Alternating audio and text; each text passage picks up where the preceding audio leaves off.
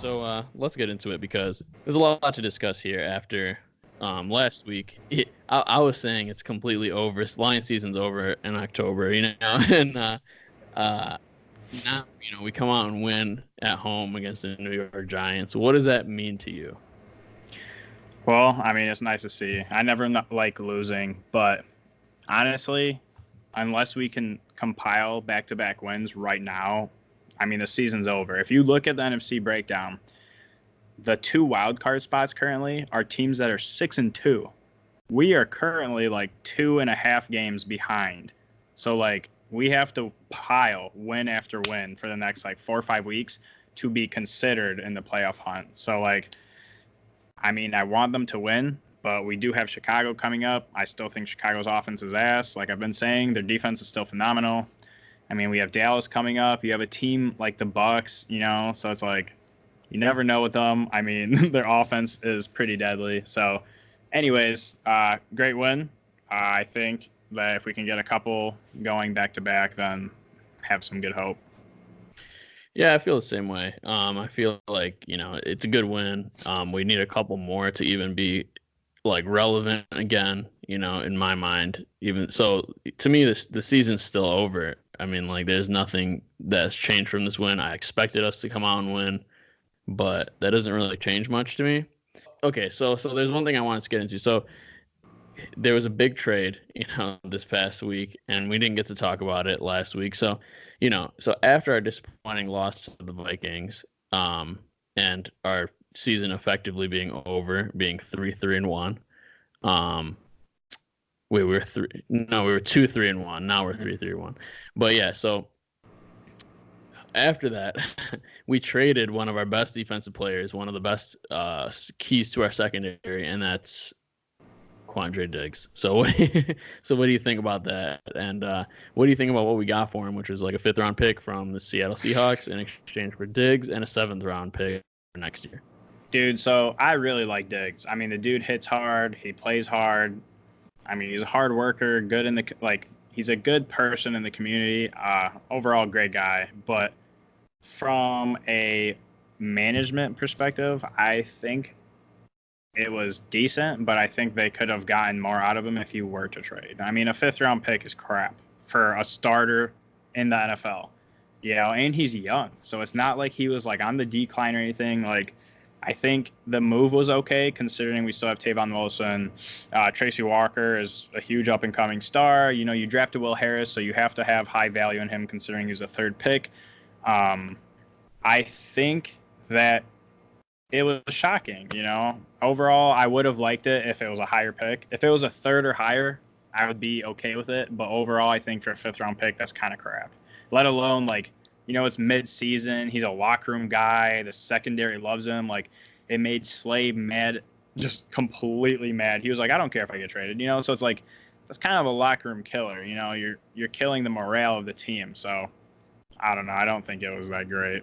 Yeah, I completely disagree though with the move completely. I don't disagree with you. I think it was crap to get a fifth round pick for him, and not even just straight up 5th round for Quandre. It was legit like Quandre plus a 7th equals 5th. And no, man, that's BS. And just the move, I don't agree with the move at all. And people were saying, oh, we're locked at safety. We have depth.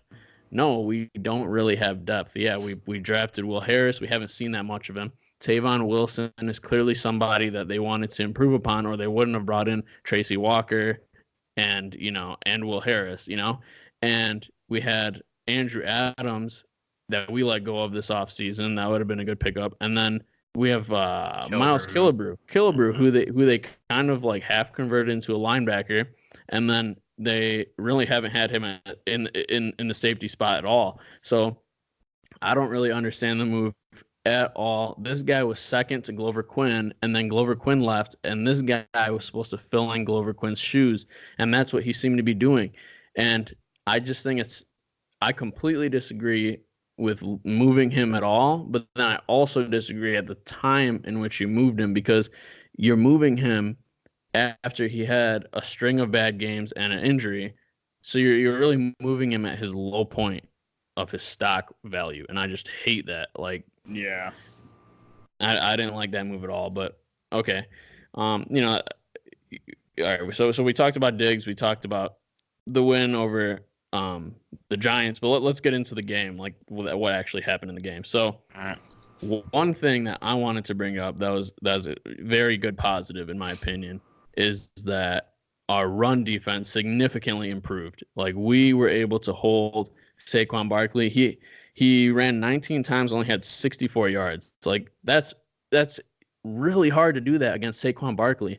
Dude, and on top of that, said, well, let me just finish just a sentence, then you can go ahead. But like a lot of people were saying, and it looked like we were blitzing a lot, but then I saw on Bleacher Report that they were saying that we actually didn't blitz any more than before. We were actually just we had a lot of like disguises that looked like we were going to bring the pressure, and we just ended up bringing 4 men like normal. But the difference was Trey Flowers was bringing pressure this time, and Deshaun Hand was in, and he was bringing in pressure as well. So to me, I'm attributing that to Deshaun Hand being back. You know, I'm just ecstatic that he's back, and our defensive line looks like what it could be, bringing pressure with 4 and stopping the run. That's exactly what we have been expecting of them, and I love that we finally see that.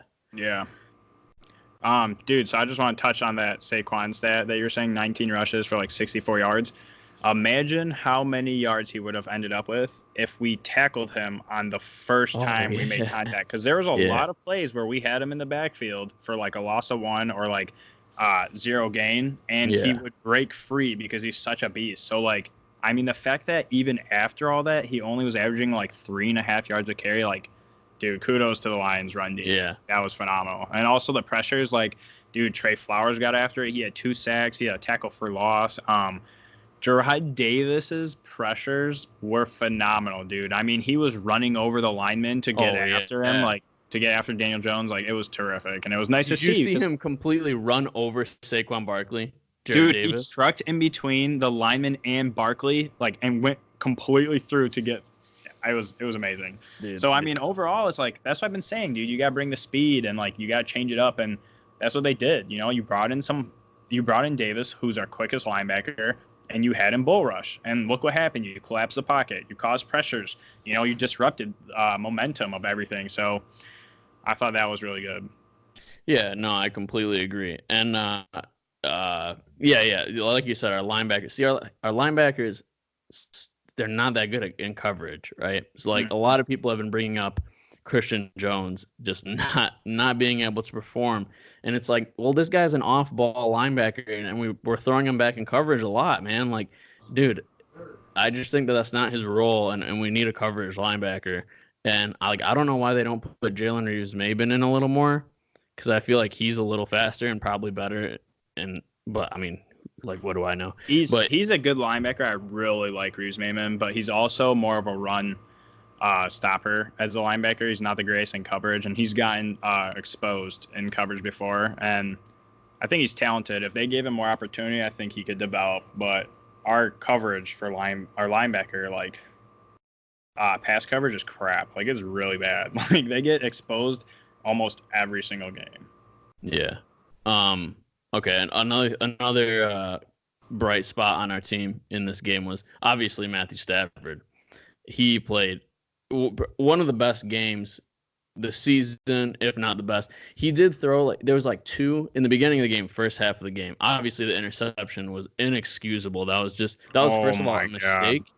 It was a mistake of a throw, and it was a bad throw. So it was just bad all around. But I'm sure he would take that back. You know, like he knows how bad that was. But he does. And if he would have actually given it 5 more yards, air yards, it would have probably been potentially caught, but most likely knocked out. But he underthrew it, so it was a bad decision. But I also think he, the wide receiver at the time, was the only one running a route. Like, I think I heard that on one of the announcers say he was the only one that went out for a route. But it's like, dude, take the sack or throw the ball, do an incomplete pass. So you don't throw that. That's just a dumb move, you know? Yeah, and we know Stafford enough to know that he knows that, and that he doesn't make those throws all the time and whatever. But besides that, and I think there was one where Ty Johnson was completely open on the sideline and he missed him. Oh my God. But besides that, I mean, in the second half, he was perfect. You know, he does everything we ask him to, and he carries his team. So like, I can't complain about 1 or 2 or 3 bad throws. You know. Yeah. So go ahead. I want to touch base on that. So Stafford's bad throws so far this season have been like awful, like terrible throws. Like he's throwing it to double coverage. You know, he underthrew it significantly. Like, but they're so minimal. Like it's always like one play out of the entire game, but it's like a really bad play, or like, you know, he tucks it the wrong, you know, he just fumbles or something. Like he's had a couple plays that have been so bad, but overall he is having an MVP type season. He has 14 touchdowns on the season, and he's tied for second with frickin' Aaron Rodgers of all people. And the person in first is Russell Wilson with 15 touchdowns, and both of them have an entire game more than Stafford in this season so far. So when you break that down, you break down the interceptions, like Stafford is top 3 in the league right now. So, I mean, he's playing at a high level. I just wish that he would minimize those errors, like those unnecessary, like interceptions or stuff. Because, like, if he did, for sure, he'd be at the top of the MVP race. Like, yeah, we're losing, but he's playing better than other quarterbacks right now. So, yeah. And like, you know, a lot of people see, it's hard to, like, what do you attribute that to, right? Is it Bevel's offense? Because, or is it, I don't know how much of it is Bevel's offense, because, like, how many times are we going to run on these early downs when we can't run at all? How many times? I want to watch the game back and literally count how many times we put Stafford in a 3rd and long situation this game. Like, come on. It was almost every single possession before we wouldn't get a first down until it was 3rd and long, and we're asking Stafford to make an incredibly difficult throw. Like, dude, why? Why are we doing that? Yeah. So I want to touch base on that, because that really, this pissed me off during the game. I texted you and I was like, yo, every single first down, we're running it up the middle. After I texted that, literally the next 5 first downs was run up the middle, run up the middle, run up the middle. Second down, run up the middle. I'm like, is this all you're going to do, first and second down, and cause Stafford to have a 3rd and 8, a 3rd and 9, or like, God forbid, we got negative yards on the run and now it's like 3rd and 12 or something, you know? Yeah, so or like, penalty. Dude, and like bounce it out. The one time you bounced it out with Ty Johnson, he got to hit the edge because he's quicker than everyone on the field. You know, like the dude runs a 4.28 or something like that. Like, give him the ball, bounce your running backs out. You have more room to do, like, wiggle room. Like, don't run it up the middle, you know? Like, I don't know. That drives me not working ever. It's never working. So, like, at what point are you like, all right, let's make this adjustment? And also, I want to touch on the whole running back thing. Dude, if you look at the Packers' last 3-4 games, all of Rodgers' yards are because he's dumping it off to his running backs. He's giving his running backs the ball. So, like, all you have to do is substitute your running game, not completely, obviously, but, like, substitute a lot of those run up the middles on first down with little dump passes to your running back. You're going to get the completion. Time's going to keep going, and you're going to get more yards. You know what I'm saying? Yeah, and that's what we used to do back in the, like, you know, I don't know if it was whenever we had Joique Bell and Reggie Bush. Like, that's what we did all the time. Like, that was sick. But yeah, no, we need to do something because it's not working. But also, so this came out as well. Oh yeah, so Taylor Decker and Frank Ragnow did pretty well in run blocking. So it's not that our run blocking is so terrible. At least it wasn't this game. But, like, dude, like, Kerryon, okay, I love this dude Kerryon, right? But how many times did he not hit the hole? Like, he's not hitting the hole, or he's not finding the hole. He's not finding a hole, something, dude. He's not finding it. He just keeps, like, running into our offensive linemen's asses and then just, like, being stuffed every time. I also want to touch on that, dude. So we all know Adrian Peterson. When you watch Adrian Peterson at his age right now in the league, he still hits the hole harder than any freaking running back in the league. Like, my dude is at full sprint by time he's at the line of scrimmage, and that's what we need, because even if there's not a hole, you are hitting these guys so freaking hard because you're at full speed that you're going to knock them back 2 yards. And, like, AP's doing it at this age. Dude, you're like 23 years old, 24 years old. You should be able to lower your shoulder and get up to, you know, close to top speed, hitting the hole. You know, you have like 6 yards to do so before you hit the line of scrimmage. So you should be able to get a quick burst out and, like, hit the hole hard, and they're not. And Carson did for the first couple drives. He was hitting the hole hard, and I was like, great. Our running game is actually doing something, let alone, like, who is this dude? You know, like, I thought Sicker Johnson would, like, start. But he was hitting the hole hard. Like, as soon as he got the ball, hit it hard, was getting the yard. So, like, they're trying to dance around too much, and our O-line is not built for that. No. See, like, we shouldn't have cut Zach Zenner. Zach Zenner was a good, just productive, like, get you 4 yards, run up the middle cut kind of guy. And that's kind of what Bevel wants, you know? But I would totally trade for AP all day. I would get him all right now. Let's go. Man, dude, Bevel probably would go for cheap, and I would do it. I swear. I bet he would love to run for Bevel again. You know, bring Marshawn out of retirement. Okay, so we talked about the Diggs injury, and then in this game, Tavon Wilson went out, Tracy Walker went out. Tracy Walker's knee is currently getting looked at. We had Will Harris and Miles Killebrew in at one point. So this trade looks even more ridiculously dumb. So, like, now, what do we do? You know, what do we do? Because now we're thinned out at safety, and we traded our key safety. Yeah, honestly, it's funny because even the rumors right now is we're trading Slay, which I think is funny.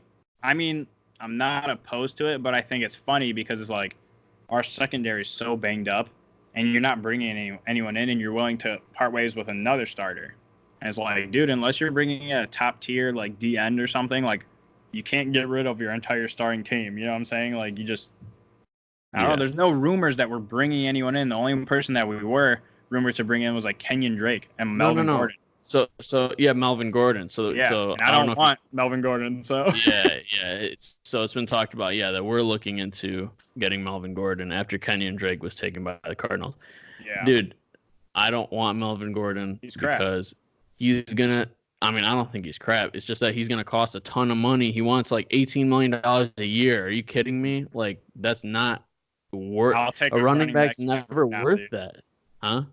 I'll take our running backs right now rather than spending that much money on a running back. Yeah, man. Oh. And like, you already know, dude, the Lions are just not going to be a good run team, you know? So it's like, you're going to rely on Stafford. So you just need serviceable running backs. So what do you need to invest in? You need to invest in a great linebacker or a good DN or a good cornerback or something. Like, you need defense. You don't need a freaking running position. You know, you brought up trading Slay, and I'm completely against it just because I don't. Not, dude. All right, hold up. Cut. Next topic. Anyways, what do you want to talk about now? All right, so Daniel Jones. Yeah, so Daniel Jones lit up our secondary. He literally, his passing rating was killing it. Like 3 touchdowns. How many yards? Like 1 billion yards. I think he had 3 or 4 touchdowns. Yeah, he was pretty much getting everything he wanted, which is, you know, that's Pat Shurmur's offense all day long. That, you know, you can even tell on the last touchdown, right? Like, this is garbage time. We're literally like, we know we're gonna win. We're just running out the clock. Doug, they run a play with Saquon running out the flat, trying to catch the ball. Daniel Jones throws a duck, doesn't even get to him. Yeah. They run the same exact play. They get it, right? Yeah, and that pick play that hurt Walker, that pissed me off, dude. Oh, yeah, that was BS. That was a play he got hurt on because the dude hit him from the side, and I was like, come on, dude. Like, of all ways to get hurt. Yeah, man, that was sad. But, yeah, no, I mean, yeah, like I said, it was great to see Golden Tate back. You know, that was good. Did they give him a standing ovation? Did our fans? I'm not sure. I started the game a couple minutes late, so I wouldn't be surprised if they did. So did I. Yeah, I hope they did. I hope they played like a video or something, tribute video or something, because he deserves it, man. He's been a Lion for a little bit. They said nobody's caught more receptions in Ford Field besides Calvin Johnson. Yeah, I heard that too. Hey, that's awesome, man. That's so cool. Yeah. He's the Lion forever, man. He's awesome, man. He's good. But sure. Yeah. So all in all, you know, I think it was a solid performance. But, you know, so looking forward on to next week and beyond, you know, we're going to face the Raiders. Hopefully we could beat the Raiders. That's, you know, we're thinking we could definitely beat the Raiders, but it's the Raiders, then the Bears, then the Cowboys, then the Redskins, and the Bears again. Okay, dude, so if we lose any of those those games you just listed, we're out of the playoff runnings. And I'm not just saying this because, like, oh, we've lost too many games, whatever, but, like, if you look at it right now, Green Bay is 7-1. So they're probably going to win the NFC North. Then you have the Vikings, who are 6-2 with a win on us. So that means we either need to somehow get a better record than the Vikings, or we need to have a higher record than all the other teams running for the wild card, which is also 6-2. So like, if you lose any of those next 4 games, you're screwed. That tie is a wild card is weird for us, because if we tie with the Vikings, even though they beat us, we're technically in. But we have to have just as many wins as them. Right. That's a problem. Right, exactly. That's what I meant. So, yeah, if we tie them and win. Yeah.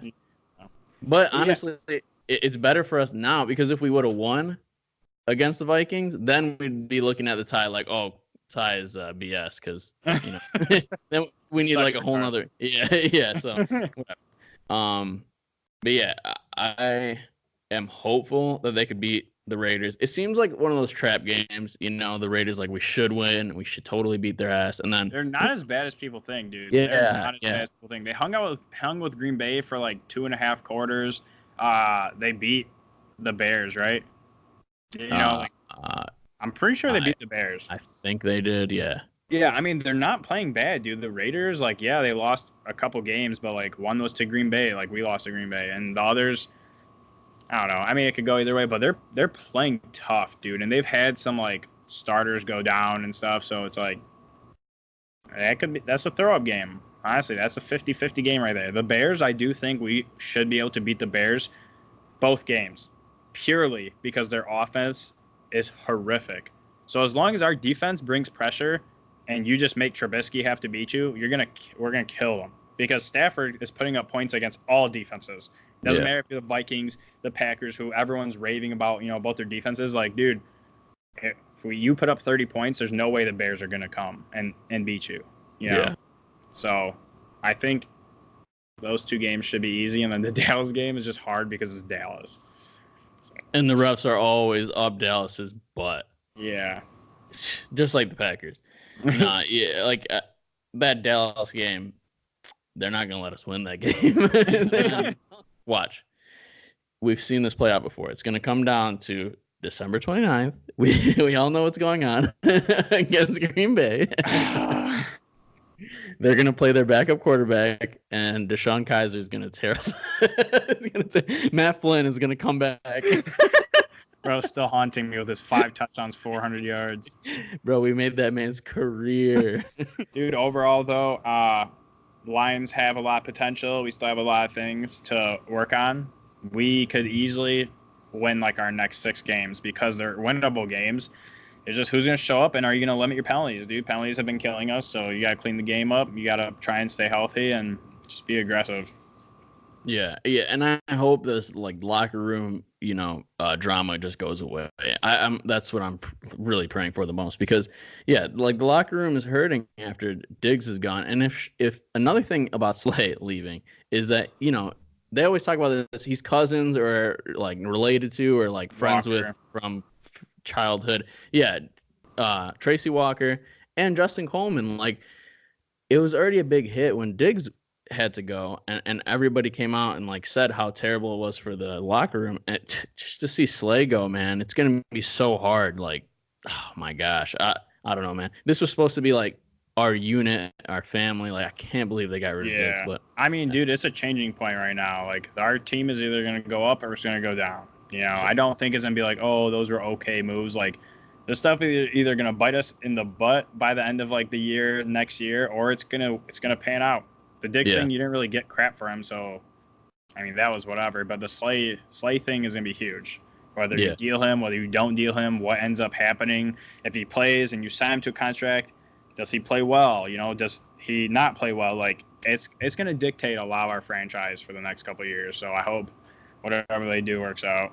Yeah, and like we said, like right now we're 3-1, so we need like at least 7 of the next 9, and I don't think we're gonna beat Dallas, and I don't think we're gonna beat the Vikings in Minnesota, and then those are the 2 to me that are guaranteed, that are like scheduled losses on my schedule. I just don't see how we're gonna win those. So like really these next 2 games, Oakland and Chicago, they're must-win games to me. Like, if we don't win those games, It is completely over. Like, chances are done. Done. Yeah. Well, if you look at the 2 wild cards right now, it's Seattle and Minnesota at 6-2. Even if you win the next 2 games, you're still down a game and a half, because then you'll be 5-3-1, and they, at this point right now, they're 6-2. So it's like, dude, they already have 6 wins apiece. We need 3 wins right now to even get to that level, and they need to lose their games for us to be ahead. So it's like, there's a lot going against us right now for this playoff race. So we have to win. We have to win, and we have to win like 8 of the last 10, if not 9. And things need to go our way. So yeah, for sure. Like, we'll see. All right, but that's all we got for you this week. Tune into our next video. We're probably going to talk about trade scenarios. The trade deadline's coming up, so we want to know where the Lions fit in with the 2019 trade deadline. So we're the real Detroit Lions fans. All right, see you later.